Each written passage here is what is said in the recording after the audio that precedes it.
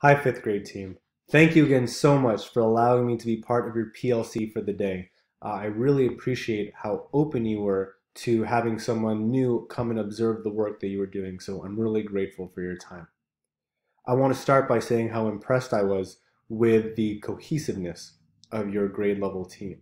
You were able to bounce ideas off of each other and go over a lot of different strategies and topics very, very quickly. So I really admire how well you worked together as a team. It was really impressive. I also remember that you mentioned that during most PLCs, you were able to go over benchmark assessment data through a system of assessments that were given to you by the school, I believe, and then use your different data analysis tools and techniques to group the students into different levels of intervention. This sounds really familiar to what I did in the classroom as well. We had a system of benchmark assessments that the school handed down to us that we then used to differentiate the students into different groups of instruction.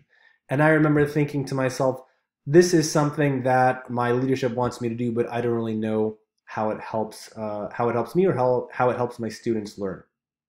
And what I found out later on was that the real reason behind using these assessment and data analysis strategies was not just to group students in different levels of instruction, it was to find out where each and every student individually was at in their learning. So not just in a group, but within the group. What does a student really know? And more importantly, what do they need to know to get to that next level?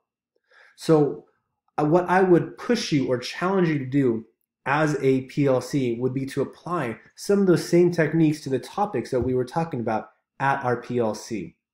Even though we did not give a benchmark assessment on grammar or on finding the volume of irregular objects, which were topics I remember that you mentioned your students were having trouble with, I bet you could still use some of those techniques and some of those tools and strategies to address the learning of your students. For example, you mentioned some one-a-day quizzes that you were giving to your students to help them learn grammar a little bit better.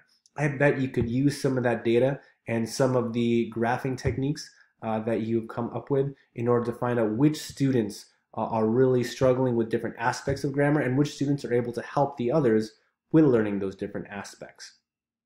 I think that really speaks to the true nature of what data analysis is there for in terms of serving the students. And I think that with the level of coordination and collaboration within your team, that's something you can definitely accomplish. The end of the year is coming up quickly, so I encourage you to try some of these strategies with the learning you're doing with your students right now and apply them beyond the benchmarks into the different topics that you're using in class.